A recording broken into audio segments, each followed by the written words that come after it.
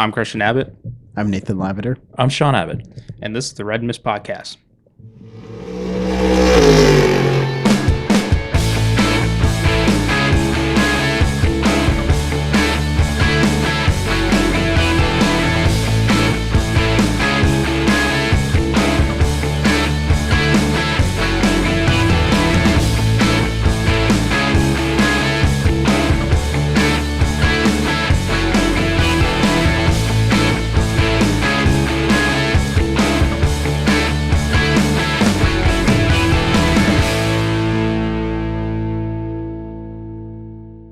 Hello, welcome to the Red Mist Podcast, Season 4, Episode 34. We're moving through the year, Christian. It's exciting, I know.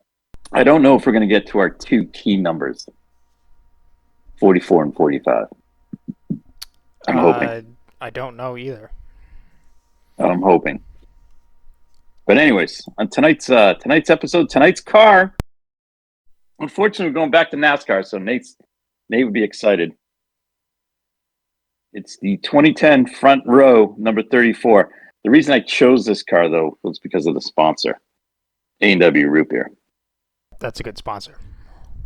Good sponsor. Yeah. It was driven by Travis Quapple. So there we go. All right, let's move on. Tonight we'll talk quickly about NASCAR at Talladega. I didn't watch it. Neither did I.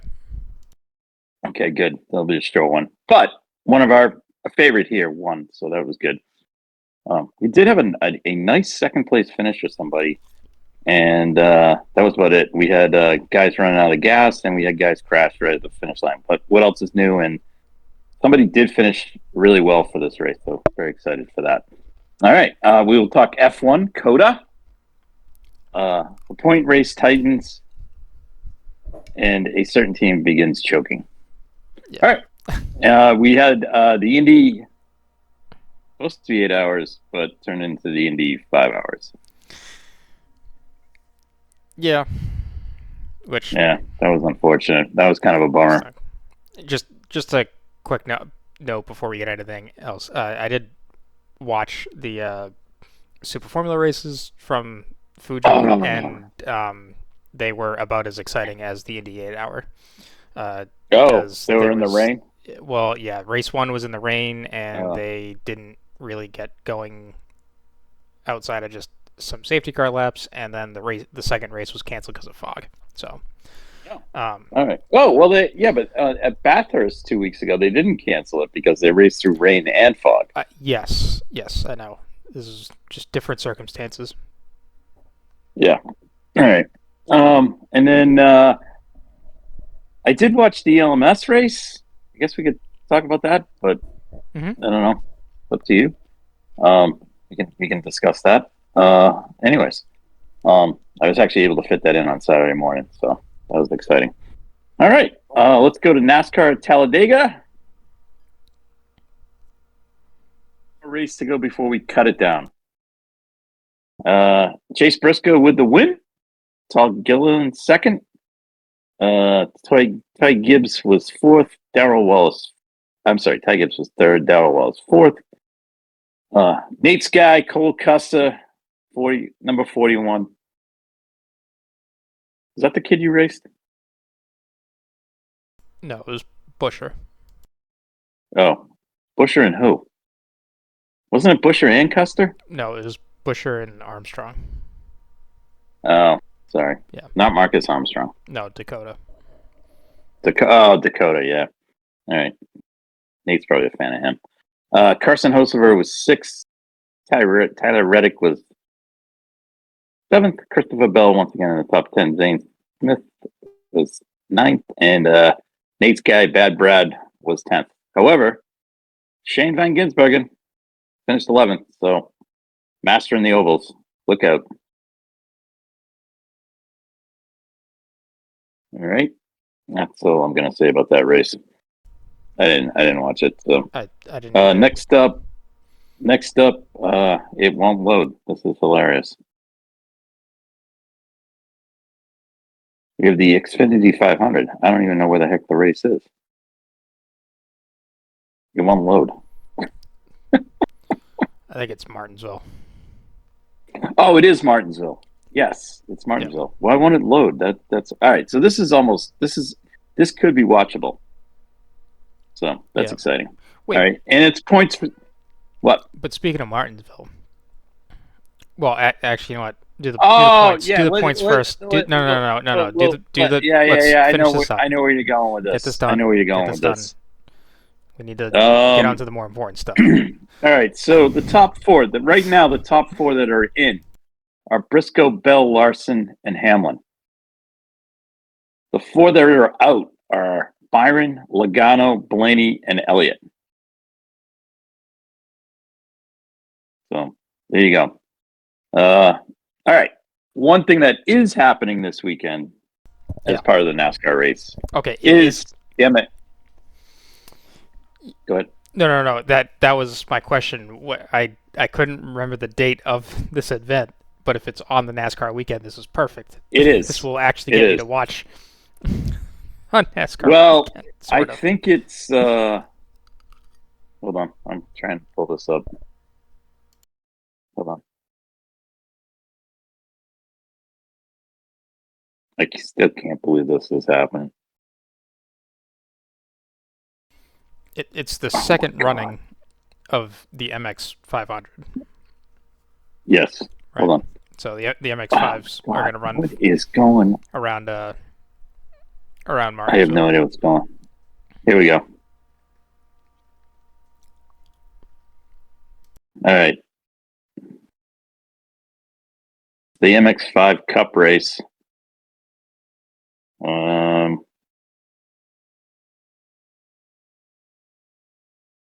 On the website.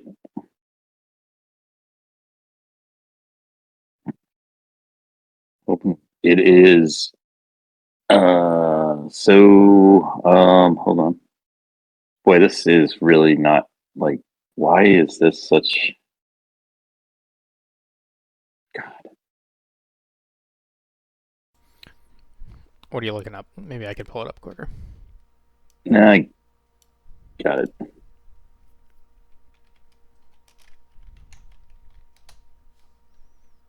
Nope, that's last year's, of course.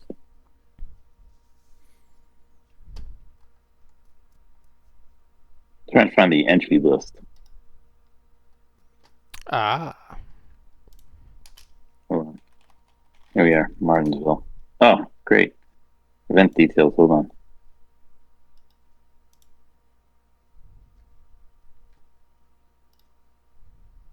Entry list, got it. All right. We have 16 cars in this race. 16? 16. Ah. Could be more, but who knows? Hopefully it's more. Hopefully. Now we do have one guest driver. I was kind of hoping that there would be two guest drivers. Mm-hmm. Is there a WEC? There's no WEC race this weekend, right? No. Okay. See, this is why I don't understand why this other driver can't be in this. Anyway, probably because of the car company he drives for. Maybe. That he still drives for. Recently announced that he'll be out of WEC. So, looks like all the top guns are in this from the series. However, one Earl Bamber is racing in this. Yes. It's gonna Very be excited. So I was kind of hoping that Nick Tandy might show up with this.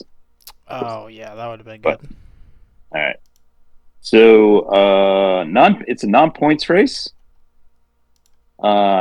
Everything is happening. That's great. They give you the they give you the times, but they don't tell you when the race happens. This is fabulous. God, only in freaking NASCAR world can this happen. All right. So everything with the MX5 stuff is happening Thursday night.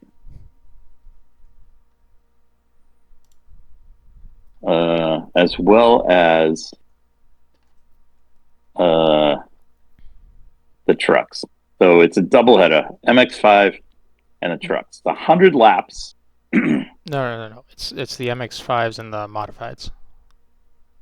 Oh, it's in the north. Oh, yeah. Sorry. Wheel and Modified Tour. Oh, Mhm. actually, this is like the one night you want to go. Yeah. Yeah, because cars will actually be passing one another without hitting each other. Yeah, Well, so I mean, this is fantastic. they'll bump each other. Actually, but I'm all for this. Yeah. Yeah, I don't care. I'm all for it. Um, only in NASCAR. Anyways, so 6 o'clock Friday night. I believe this will be on YouTube on the IMSA channel, I believe. Yeah. And if it's not, then the modifieds are after that. yeah. And that'll be on Flow, I believe. If the MX-5s aren't on the IMSA channel, YouTube channel, then they'd be on the Racer channel. Yeah, so hold on. I will come back to this 1 second. It's a 100-lap feature. Yes. For the trying MX-5s. to find more information on this. Just doesn't have it. Sorry.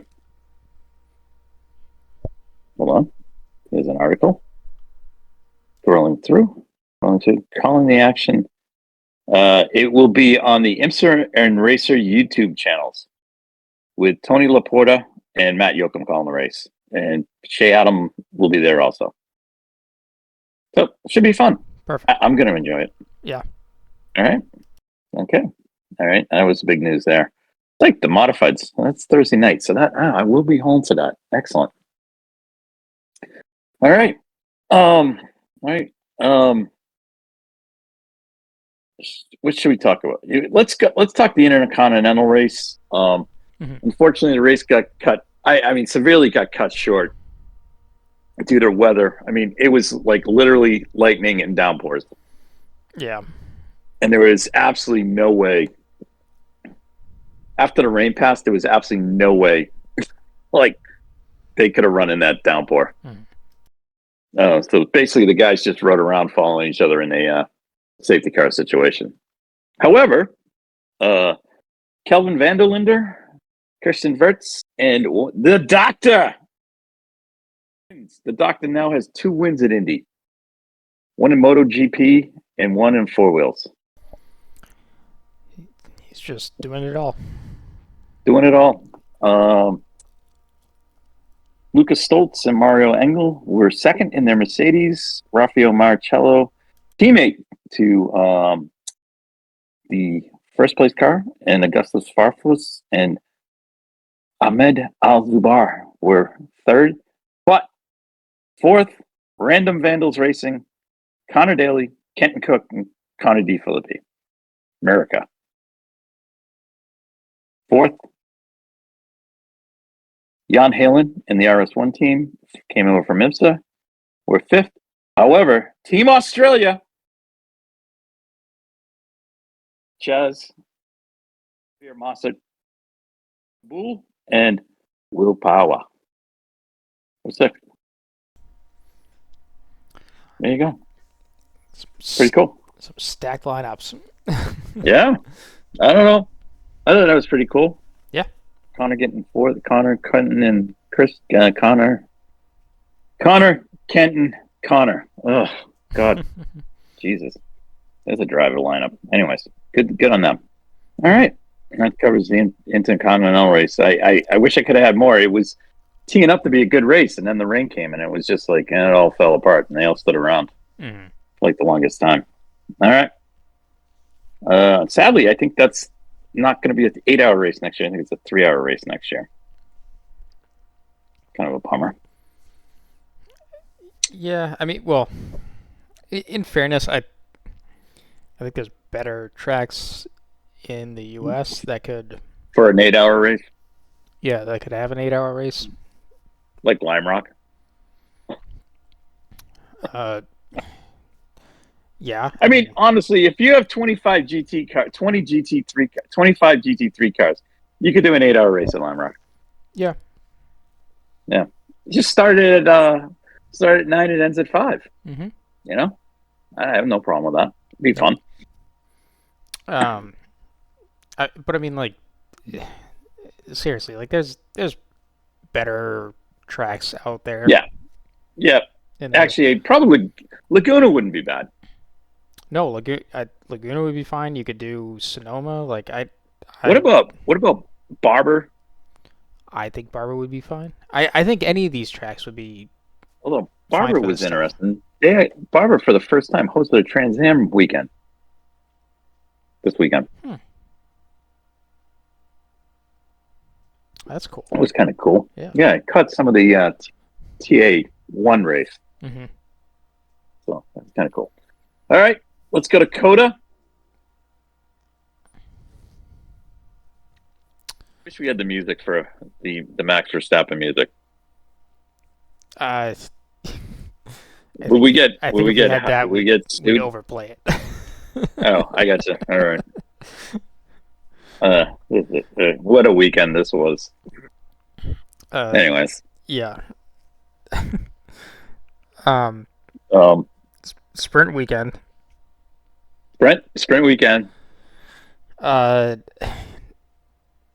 Again, not a fan of the sprint format, but that's just me being you.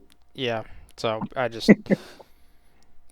mean, like in this situation, did it benefit someone like Max? Yes. Yep. Is it in the big picture? Is it necessary? Probably not. But anyways, that's a different discussion. I got a question. Yes. This coming weekend is this a spring weekend also?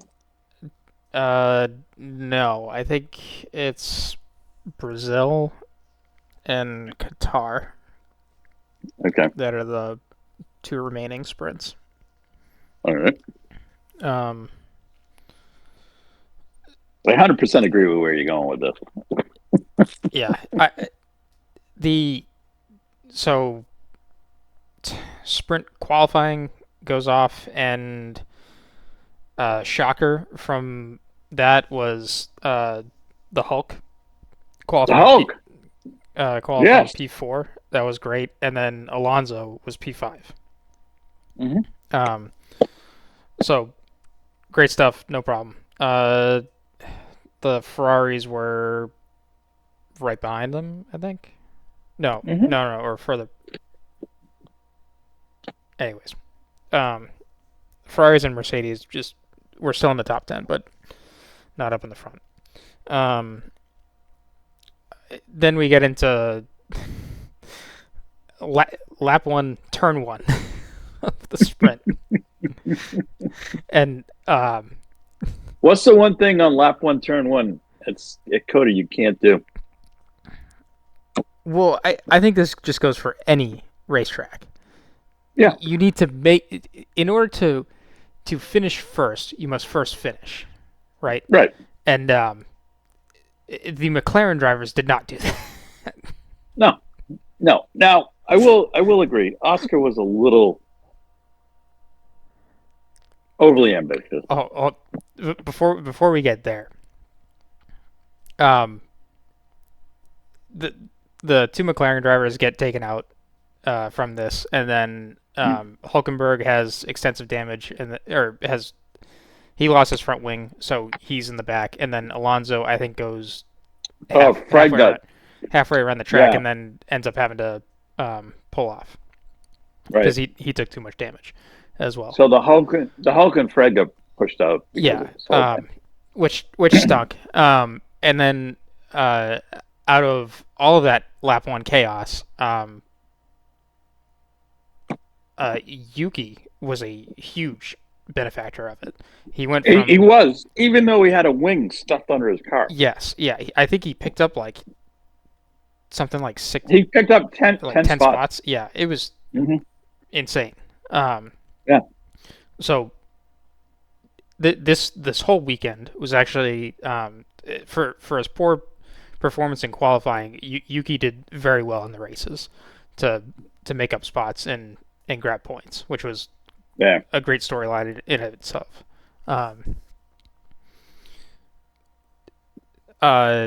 So sprint race goes on, and they clean everything up. Max just kind of goes off into the distance. Russell's there in P2. He has a look at one point, and I mean, I give him credit. He tried, and I think that was just his mindset of he didn't even think it was going to work. But you just if you have a shot, do it. Yep. So I don't knock him for trying on that one. Yep. And then the race is just cruising along, like everything's fine, everyone's pretty much spaced out, and out of nowhere, we end up finishing the race under safety car conditions, because who else but Lance Stroll comes in and decides to just absolutely destroy Esteban Ocon. Yeah, pretty much. This race, in a nutshell, couldn't have been more of a meme than anything. Yeah. Because it had the McLaren drama. Max gets even closer in the championship, and up to this point, and then a guy who's been under the radar for every bad PR event that he gets, anytime a camera's put on him, gets the light shown on him again in the worst way possible. And we had a little excitement at the end of the race. We had Georgie trying to make a move on Max, but Max shut the door on him, and that was it. Yeah.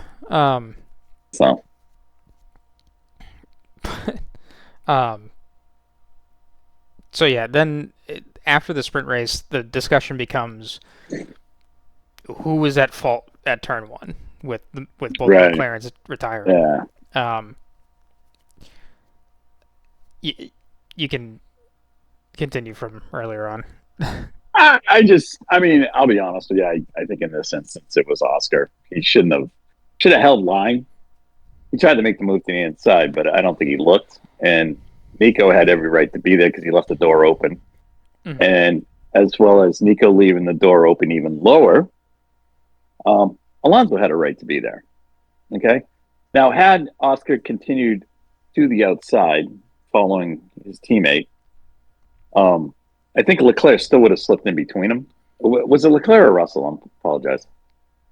I think it was Russell. It was going to be one of the... It was probably Russell. Anyways, it was probably Russell during the sprint. But, had he just followed Lando, none of this would have happened. Now, do I think that any of these two were going to catch Max? No. They weren't. They weren't even close. I think it's a total racing incident, and you can't put faults on either driver. Yeah, no, I know. I was kind of leaning towards more might be Piastri's fault. I'm not saying it was completely his fault, but I'm just saying if you had to place the blame somewhere, it was probably on Oscar. Otherwise, yeah, you make a valid point. It's a racing incident. The funny aspect of the whole thing is both McLarens went out. Yes. Yeah. So now they got to go fix the cars. Fine. Later in the day. Mm-hmm. Then, you got to hope that you do whatever. But now it just keeps Max in the window of being the top qualifier, Yeah. And the other aspect of this is I really don't know what Lando does on the start line. But he falls, does he just fall asleep there? It's a weakness. Yeah, because I'll be honest with you, if that was an NHRA drag race, by the time he goes, that race is over. Seriously. Yeah. The only thing I'll say with this turn one incident, I think you can look at as both McLaren drivers could be equally at fault. Yeah. Because yes, should Oscar have switched back or cross back over like that aggressively. Right. No, that was not the time to do it, because anytime you leave space, like, you got to assume someone's there, Mhm. especially on lap one. Yep. Where I would put blame on Lando is he chose to drive Oscar off to the edge of the track. Yeah. So had Lando left room for Oscar Fair point. to stay on the outside, then this crossover wouldn't have happened. And does Lando hold the position? Maybe not. Maybe Oscar still gets him. However, instead of Max getting 8 points on both of them, it's only 1 or 2 points. Right. So just taking a step back and looking at the race in a whole, like, you can still lose points to Max, but you just can't lose points in big chunks. That's where it gets fair point. It gets iffy. The other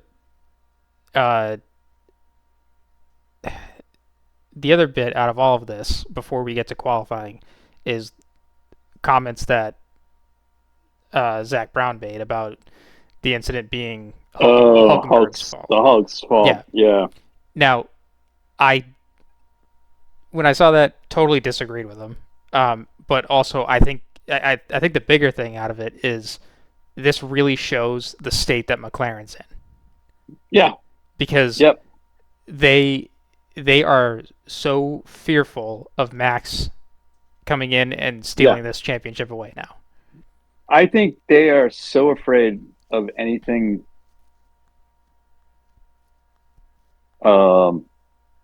They're just afraid. They're racing afraid. Well, it's seriously. Well, I guess maybe not afraid, but they're just nervous. Yeah. And when you have nervousness creep in, the confidence drops, and so now you don't know. You're starting to second guess yourself. You don't really know what you're trying to do anymore, and that's bad. Right. So we get into qualifying for the actual race, and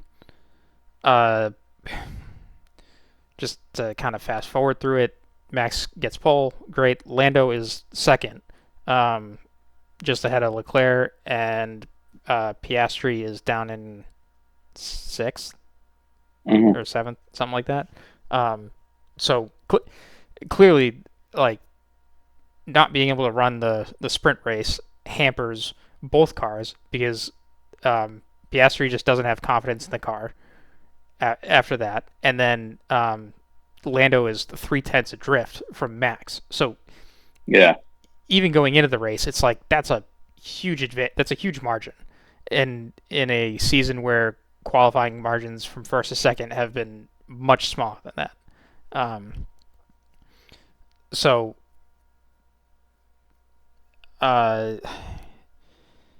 we get into the main race, and Ferrari and Leclerc do something different on strategy, and all the props to them. They decide to go on to softs to start the race, and lap 1, turn 1, Leclerc gets the job done and puts himself in between Lando and Max. And as the laps start ticking away, Max is just starting to pull out a gap, no problem. But I mean, realistically, I don't think Leclerc and Ferrari were gonna challenge Max at all. So now you're just looking at how much can you defend from Lando and everyone else behind you to make the softs last longer. And I think Ferrari, from a strategy standpoint, played that race about as perfect as they could have. I think the only screw up was when the lap that they pitted Leclerc off the softs was when he was battling with Lewis, and they could have either they could have either just told Leclerc to let Lewis by, so that way he could try and be closer to Lando in that sense, or the lap prior, after Leclerc got passed by Lando, that's when you should have pitted him immediately. So, and ultimately, as when the race came to an end, it didn't really matter, that one lap difference, but it would have just maybe bought Leclerc another lap or two, and at that point in the race, you never know. So, interesting aspect there. Other than that, I mean, the race was pretty straightforward, and it was just more or less a battle for a second, and Leclerc did a great job of holding up Lando as much as he could. Yes, I agree. So, Yuki also had another great start on lap 1 and made up like another 6 places or something crazy like that. So he had lap 1 magic this weekend. And it ended up paying off with points in the end. Good on Yuki. It's a good finish there. So I don't know. So now we move to Mexico. Mm-hmm.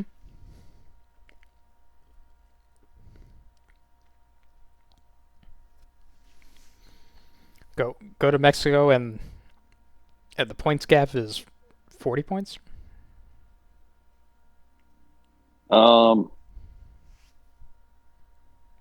Yeah, 40 points. Yeah. Let's swing in and take a look at the points. Sorry. Yeah. Well, and sorry, the other big point that I'm missing is Piastri only finished 5th or 6th in this race, so he was off the podium. Right. So not a great result. And it's just keeping this door open for Max to make a charge. It's 14 before first and second. Now the cool thing about this is, with that being 14 points, these two are liable to get into one another. Sorry, you. Just to clarify, it's the season points between Piastri. Season points between Norris is 14. Okay. So that all leads you into these two could get into one another, because at McLaren we don't have driver status, but we're willing to let our drivers battle each other out, take each other out of the race, and let the guy in the Red Bull, who the car stinks, back into it. So blame on them. This isn't on the drivers at McLaren. This is completely on McLaren's management. Okay, I'm sorry. So Max, it was like 100 points, I think, after Hungary. Yeah, and he's whittled out 60 points in 5 races. 5 or 6, yeah. Yeah. Well, it's not looking good. And the gap is what, 40 or 46 points? Yeah, and it's not looking good this weekend because this is going to be a Red Bull track. Yeah, you'd hope so. So and Ferrari and Mercedes could slip in behind Max at this track, or the Aston. I think the Williams might. Very good. Yep, and they ran good at Texas this weekend. Yes, they just got caught up in crap. That's all. Yeah. So Max, Zach, and the boys need to figure something out here quick. I just love it. Look, I am all for Max trying to pull off what looks like the impossible, because now this time last year, everyone was saying the same thing about Lando potentially pulling off the points upset, but with in being realistic, of these two drivers, who would you think would be more likely to pull it off? I would go with Max. Yeah. And now, and I'm not saying that he will do it, but he's definitely got a good He's got Right. a better chance than most. Yeah. Now, To do it.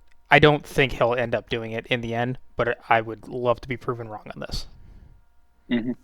Now, I think where something is even now, if Max doesn't pull off the driver's thing, the fact that he's got it down to 40 points is even more amazing. What is more amazing is Max has scored 306 points. Okay, let's move to the constructors title. All right. No one's going to catch McLaren. We all know that. Okay. Well, they've won it. However, Mercedes is second at 341. Ferrari 334, and Red Bull fourth at 331. Now, what's more amazing? Of that 331 points, Max has scored 306.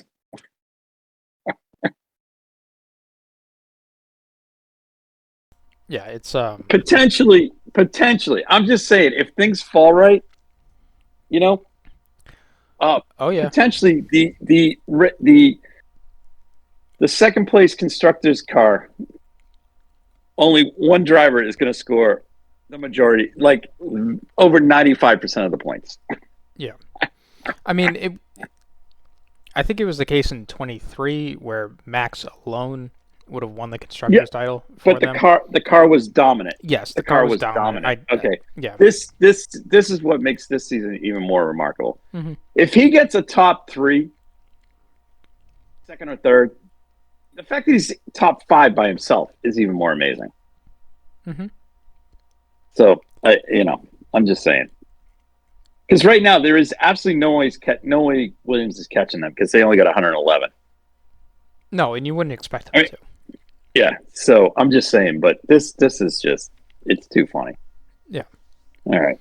So next up, we go to Mexico. The circuit Hermanos Rodriguez. Sunday. Ooh, this is nice. It's a 4 p.m. start. That's fantastic on Sunday. That's after the Pats game.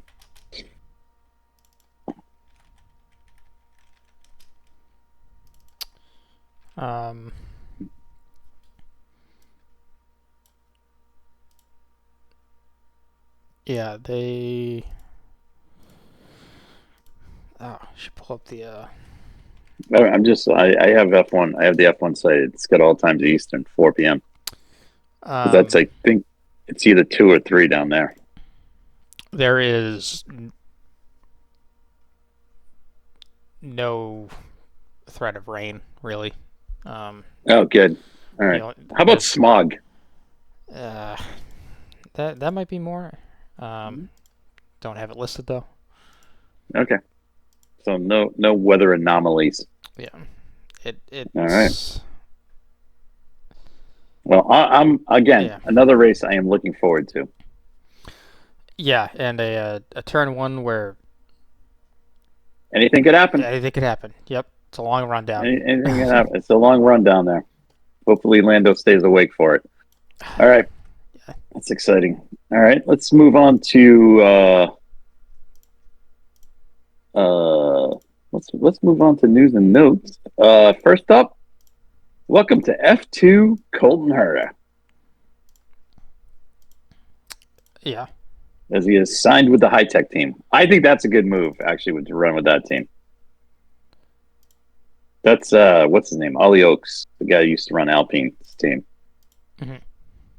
And they are in the title hunt this year. So I think that's, because they have, they got the Luke Browning. They're sitting like, they're, I think this is a good team for him to be with. Plus, the other kicker with this team is they are literally right next door to Team Cadillac in England. Yeah. So I think that's a plus there. Good to see. Glad that got resolved right away. Some other things. AJ4 Racing will be returning to, we'll be taking on an Indy NXT team. All right. So good to see that. Exciting. So we have a lot of these IndyCar teams now coming into NXT, which is nice. Nice to see. However, we still have one fault with Indy NXT. Still needs to be part of the Indianapolis 500 weekend. Yeah. In sports car news, Antonio Felix da Costa will be joining the Alpine hypercar team. Mm. And I believe he is taking Mick Schumacher's spot. Yes, because Mick's not running with them next year, right? Right, because Mick could be running here. Yes, he could be. So we won't speculate any more than that. We'll leave it there. Hold on. Some other news. FAF will be responsible for testing of the Lamborghini, the new Lamborghini, the Timararo. How do you pronounce that? Why can't they just leave it as Huracan?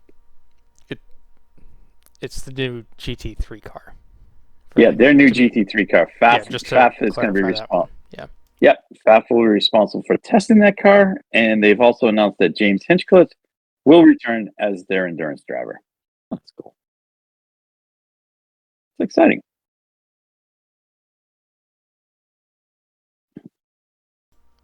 There's also news about the he's going to just do Daytona. You won't be doing Sebring or Atlanta. Oh, that could change. Who knows? Yeah. Well, it depends on his Formula One stuff, F1 right? schedule, yeah. Yeah, because he's actually starting to be more. Well, what's her name? Sorry, I didn't mean to say it like that. Lauren, what's her name? Laura, the woman that took over for Will. She's gonna be having a child. Oh, all right. So I think Hinch is probably going to fill in her role. So possibly because she'll probably. I mean, I think she's planning to have the baby before the season starts, but I'm sure she's going to scale back just to be home. I don't think mom gallivanting around the world is. I think the little one is going to be missing mom. So, anyways, all right. So maybe Hinch, yeah. Well, plus maybe with F1, IndyCar. Well, no, their schedule won't overlap. So, anyways, that's kind of cool. Other GTD news. Get Speed with Bartone. Now these guys have been running overseas. So the Bartone brothers, which is those guys are from New York. They're going to be, it's in particular Anthony Bartone. They're going to be running a GT3 car, Mercedes, at Daytona. And the pro class. And now the one cool thing about this car is the paint scheme on it. It is Bartone Brothers Racing. It's all black and white, and it has the skull and crossbones. All right. Which I love. Didn't they run there last year? I don't know if they ran last year. I thought they did. I don't know. All right. Well, it does. Yep, it says coming back. So I like these guys. They're good. In the car, Anthony Bartone, it will be with Lucas Stoltz, Maxi Martin, and Fabian Schiller. Well, guess what, guys? They actually have a pretty decent chance to win that race, at least in that class. So cool stuff there. All right. Trying to see if there's anything else.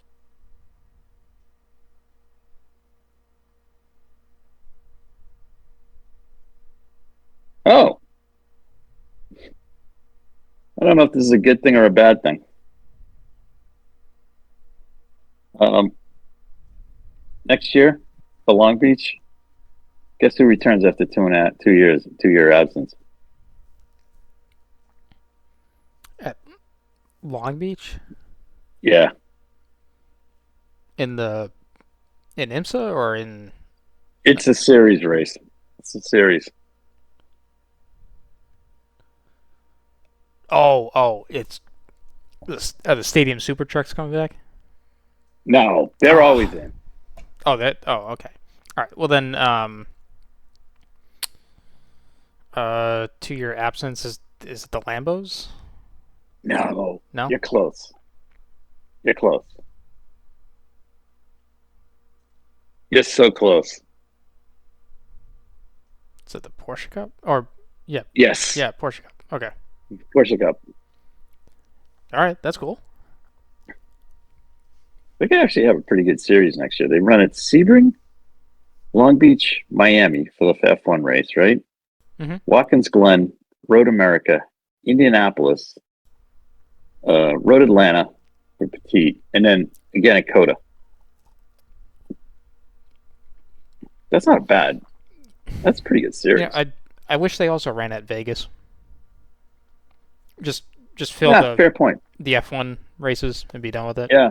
Yeah, fair point. Fair point. All right. Just trying Actually, to clean up oh, the news and notes. That's Oh, one note that I do have. As good of a show the F1 races at Austin. hmm Ticket wise, I think you're getting screwed because Yeah. on track action Yeah. you're only seeing the F1 cars and the Porsche Cup cars. Didn't they? They didn't have F1 Academy, wasn't? Oh, they're at Vegas, right? F1 Academy. I think they're at Vegas. I thought they were at Vegas. Maybe. I know the Ferrari Challenge Series is there. Yeah, it's garbage racing.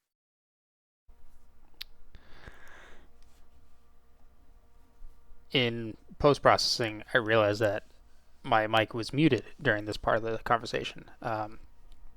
Basically, just to kind of summarize what gets cut out here, I noticed that the F1 races, or this F1 race at COTA, only came with one support race, being the Porsche Cup Series. Great series. Glad that they were there. But my gripe was, if you're paying for an F1 event, to only be able to see on-track action of just the F1 cars and the Porsche Cup cars, I think you're just getting screwed over in terms of the ticket you're paying for. Like if you're going to a racetrack, all the IMSA races, IndyCar races, like there's plenty of support series that go there. So from the time that the track is open to the time the track is closed, there's something always on track, more or less. Whereas with this event, I just noticed that in COTA that there really wasn't a whole lot going on track, aside from these two series. So there were just big chunks of time where there was just dead track time. And whereas for next week in Mexico, there's going to be 4 support series in addition to F1. So you're going to have F1 and then this GT series, TCR series, and a Formula 4 series. Sorry, there's going to be only 3 of them. But four series in total that'll be on track. My whole point of this is when you go to a racetrack, you want to see the on-track product, and regardless of what you put on track, you got to put something out there. And any series would love to be the support series of F1 for whatever Grand Prix weekend it is in whichever country. And I mean, we touched on it with Vegas, where the Ferrari Challenge series is also going to be there, and I think there was one more series as well. But like you just got to fill the track time, because you can't have dead time, and you know, if when people go to these races, like some of them go because it's a status thing, and that's fine. But like if that's the case, then like as racing and motorsports, you have a opportunity to showcase other racing series than just F1, and show people that there's more than just F1, which I know that's not, that can be good and bad in whichever way you want to take. But like there is other series than just F1 out there, and the whole point of going racing and watching what's exciting out there to do all that would just be a cool opportunity to have. Anyways, we'll get back into it. All right. Just quick thing here. We had some action today at Indianapolis Motor Speedway. We had Oh, okay. It was it's a GT. It's called GTM Super Copa. And then TCR Mexico, and then the other support series is the F4. they have a Mexican F4 series. It's the acronym's NACAM. So Okay, I think so it's going to be the North Mexican America, F4 series. Canada. Yeah. Something. Yeah. Anyways, So. Indy today we had cars on track on the speedway on the big track. We had Pato Palo. Oh, Alex is back from court. We had Ed Carpenter racing with Alex Rossi, and Rahal Letterman Lanigan had Takuma on track. All right. Very exciting there. I love having Takuma at the track. Always a threat. All right. I think that's all the news I could cultivate. Oh, next year. Here's something. Lamborghini Super Trofeo will air on the Racer Network next year. Here's their series. Oh, this is fantastic. Wow, this is weird. Wait a minute. Why is this not going to be live? Oh, it's going to be live on IMSA, but won't be live on. Oh, that's weird.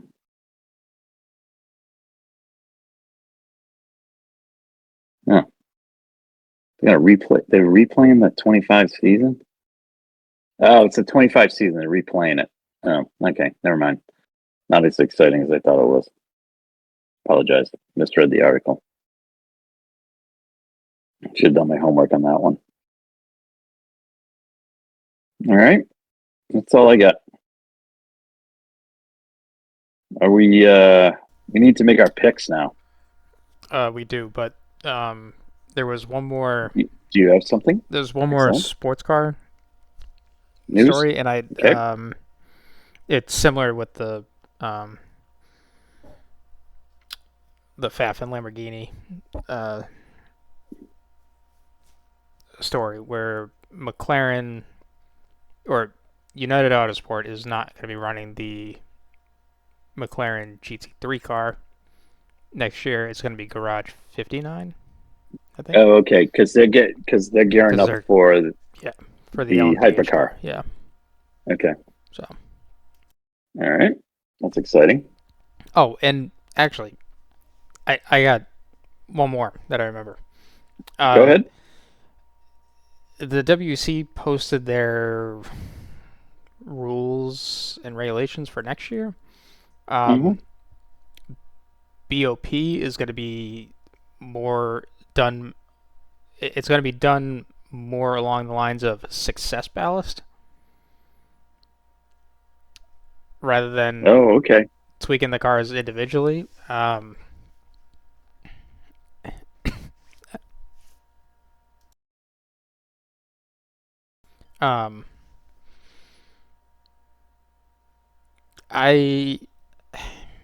It's interesting, so I guess we'll see how it plays out, and maybe they'll find a natural balance where all the cars sit in at that point. But I guess the only thing that doesn't help per se is if you go to a track or if you go from one track to another and they're just completely different in their styles, and if one car suits the first track but like doesn't suit at all the next track, then they're going to get success ballast put on them at a track that they're going to be now even worse at. Mm-hmm. And then the caveat with this is that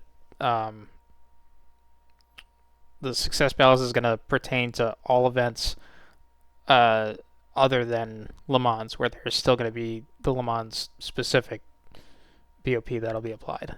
So, Okay. The other note that was in all this is apparently if you're going to be a new manufacturer entering WEC, you have to be a hybrid. Oh. So, I mean, like, Aston Martin, for example, is the only naturally aspirated car in the field.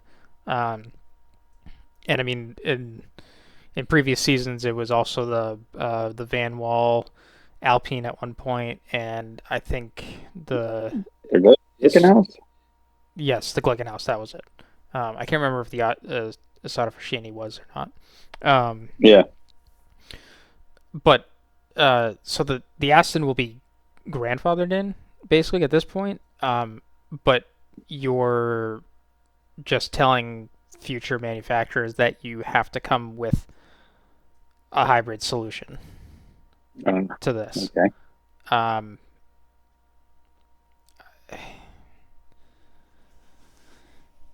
I think once again, IMSA's just or Yep. WEC is only shooting themselves in the foot right now. Yep. And at any rate, you could end up having Aston saying, "Screw that," and they can put 3 cars over here. And other manufacturers who don't really want to go the hybrid route will be over here too. So yeah, 100% agree. And that's what IMSA should do, is continue on its course and not worry about what goes on. Yeah, which again is it just gets back into this, convergence talk. And I know I think I've gone back and forth on this because I've heard a good perspective and then a bad perspective on it, and it's just like I still don't understand this picture that we're going after, because like if you want more manufacturers, you got to leave the rule book open enough to have this kind of variety, and it's great variety. Like you have a hybrid V8 behind the Cadillac. I would hope the Ford throws in a hybrid V8 as well into their machine, because if they put another dying frog of whatever was in that EcoBoost Ford GT motor, like that, gotta put that away. Like bring the Mustang engine and slot it in. Like you got to compete on the noise level if you want to have just the coolness factor, because like the Aston's going to start winning soon, and like not only will it be fast, but it also sound great. Yeah. So you got to come as a manufacturer, you got to come and compete on that level if you can. But Ford is really the only one. I'm getting a little bit away from the topic at hand, but like Ford's a big one that can come with a loud motor. McLaren, I think their motor is a V8. I can't remember. I don't know. Or it might be a V6. Anyways, I think they had a chance to do something cool, but didn't. And then same deal with Lamborghini, but I think Lamborghini's moving away from their V10s, and they're going more into the V8 route on some of their supercars. So unfortunately, I don't see them competing with that. And then I think Ferrari was probably the other one that dropped the ball in that sense of just not throwing in a big motor. But at least I give what I give Ferrari credit for doing is actually building a true hybrid car in a sense where you have it's just like how Toyota was and even Audi and Porsche of the LMP1 days where internal combustion motor is in the back and your electric motor is up in the front driving the front wheels, and it's not this combined LMDH solution that's just all in the back kind of deal. Yep. Not that like it's just different, but at least Ferrari's choice makes sense with what they're doing. Yeah. Good stuff there. Yeah. All right. Picks. Get into picks. Just to recap last week, Nate did the best, picked Max to win, but he also picked Leclerc on the podium. Almost had 2 out of the 3 picks there, with Leclerc being correct, but he just slid back into third towards the end of the race. You had Max correct as well, and then that was it. And then for you, I had Norris correctly picked on the podium, just in the wrong position. So, yeah. Alrighty, Mexico. So this week from Mexico, Nate from Parts Unknown has come in with Max, Oscar, and Charles. This is Dark Horse Checo. His dark horse is Alex Albon. All right. Yeah. I am going to go with the following: Max, George, and Charles. My dark horse will be Carlos Sainz. All right. I'm going to go backwards. My dark horse is going to be Behrman. Ooh, he's been on a roll. I've been trying to play the F1. You can say that. He's been on a roll. Oh yeah, no, I agree, and also he finished in the points in Austin, right? Or was he just? Didn't he get taken out? No, it was Ocon that got taken out. Oh. Oh no. He made a mistake. That's right. Because he tried passing Yuki in the stadium section there and went off track. Sorry. The point I was trying to make. I've been playing the F1 Fantasy this season, and I don't have Behrman on my roster, but he's scored a lot of points in this. In this game, and it's just like these like quiet performances where he just is able to do really well in this point system that they have set up, and he's just racking them up, and like and then I was just sitting there, I was like, I don't remember him having really a good weekend outside of like the I think it was Hungary where they finished high up, and just have a really good race for Haas in general. But other than that, like I've always like they've just kind of been down on the bottom, and they're either like just outside the points or like they're just near the back, not as far back as Alpine, but But yeah, I mean, I guess a quiet season for Behrman, and I guess Haas is a team we can probably look at and review in a couple of races time, just to see where they sit in the standings versus probably the expectations of them going into it. I'm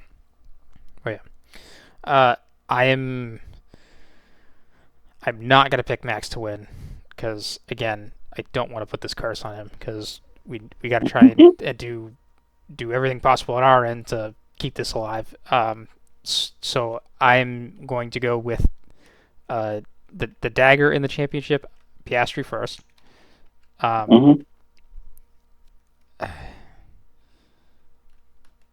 Lando second. Okay.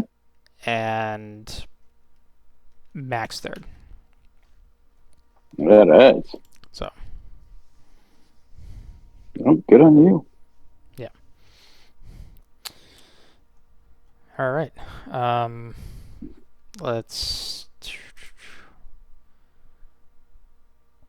This weekend is F1 in Mexico, like we just went through.